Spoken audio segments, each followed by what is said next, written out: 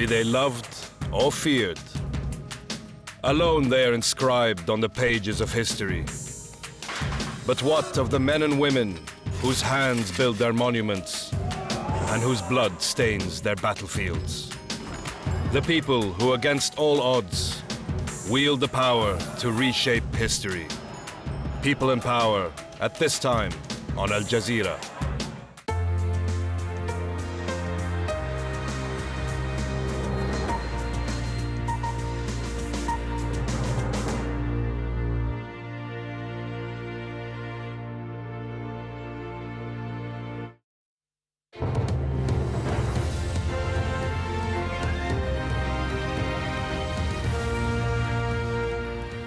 Welcome back. Let's recap the latest from Libya's uprising now. Forces loyal to Muammar Gaddafi have launched airstrikes against rebels in the town of Ras Lanuf. Dozens of people have been reported killed and 2 oil installations are in flames. Pro-Gaddafi forces say they've reclaimed the center of Zawiya near Tripoli after fighting there that killed at least 40 people. And the rebels say they've since fought back. Senior representatives from Gaddafi's government have been sent to Egypt, Portugal and Belgium. The Libyan Deputy Defense Minister is in Cairo for talks with Egypt's military council and the Arab League. Another envoy has met Portugal's foreign minister in Lisbon. Well, the Taliban has claimed responsibility for attacking a funeral procession in northwest Pakistan. At least 37 people have been killed, 100 others were injured in Wednesday's attack. Kamal Haider reports. It became a race to save the lives of those caught by the bomb's deadly blast. The victims had been taking part in a funeral procession. Now it was a procession of wounded to hospital. Some would live, but many would die. This attack was cruel even by Pakistani standards. The attacker, a young boy, said to have been wrapped in a shawl. Just as the crowd prepared to pray, he detonated his bomb. The main target, the leadership of the anti-Taliban militiamen in the Khyber Pakhtunkhwa province, a volunteer fighting force organized by the government in its long-running war against the Pakistani Taliban. They've been targeted before. 2 years ago, the head of the force was killed in a bomb attack. The Pakistani Taliban may be feeling some pressure here. However, almost every week, they remind the government in Islamabad that they remain a potent force in Pakistan. Kamal Haider, AlJazeera, Islamabad. Tunisian court has dissolved the political party of ousted President Zain al-Abidine Ben Ali. The Constitutional Democratic Rally, or RCD, was suspended last month pending the court's ruling. Nazanin Moshiri reports now from Tunis.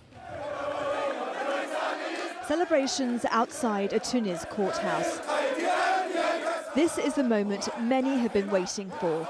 The RCD, which ruled with the former president Ben Ali for 23 years, no longer exists.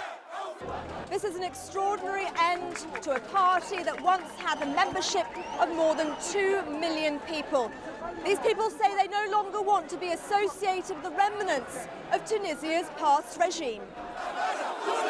In the past week, the country has gone further than Egypt to rid itself of an apparatus linked to decades of repression, dismantling the nation's political police and preparing to rewrite the constitution.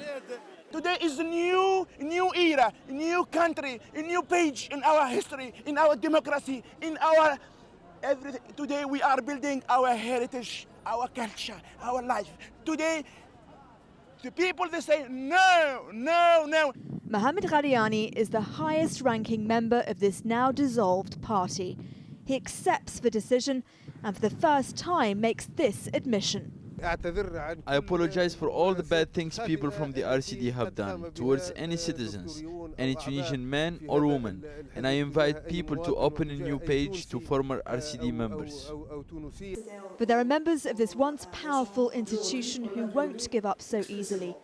One lawyer told me only the RCD can protect Tunisia from what he calls the Islamist threat. What is left for the Tunisians? Ennahda, the Islamist party, has the offices which are the mosques. It has the Islamic rhetoric, which Tunisians accept easily, and now there is a political vacuum. There will be an appeal, but it's unlikely to succeed. In the past few months, there have been so many historic moments in Tunisia. March 9th will be remembered as yet another end of an era. Nazanin Bashiri, Al Jazeera, Tunis. Hundreds of Iraqi workers have been protesting in Baghdad, calling for better salaries. They also want to see improvements in national industries. Thousands of Iraqis have taken to the streets in recent weeks against corruption and poor public services. Well, some of those protests have been violent, with security forces beating and arresting hundreds of protesters last week. As Jane Arraf reports from Baghdad, there are fears of a new crackdown in the country. This is what's left of the Rashid family's alcohol store, one of the few that was still open in Baghdad. It was bombed along with 7 others recently, just after Eid Rashid closed up for the day. Eid is Yazidi, an ancient religion here. Yazidis and Christians have always owned liquor stores in Iraq. But as the government embraces a stricter interpretation of Islam, Eid says there's no room for them anymore. Especially the Christians and Yazidis. We don't know how we will live. In the north, if we open a restaurant, nobody will come to it. In south, we have these shops, they attack us and steal from us and kill us. It's not just drinking that's under threat. The cultural heart of Baghdad, Al-Mutanabi Street, has been rebuilt since it was bombed in 2007. But many of the city's writers, artists, and intellectuals have left the country. Baghdad has always been known for its diversity, its cultural tolerance. It's a part of the national identity, but many people fear it's being crushed. Hadi Al-Mahdi is an outspoken radio show host, but his criticism of the government has cost him dearly. He was one of dozens of media people arrested and beaten after a recent protest. Iraq is at a crossroads, he says, between freedom and dictatorship. Zina Khattab is a television reporter. She felt free enough to enter and win a local beauty pageant. That could be harder if a new warning seen in the Qadamiyya district is heeded. The display warns women of the dangers that await them if their bodies aren't covered head to toe.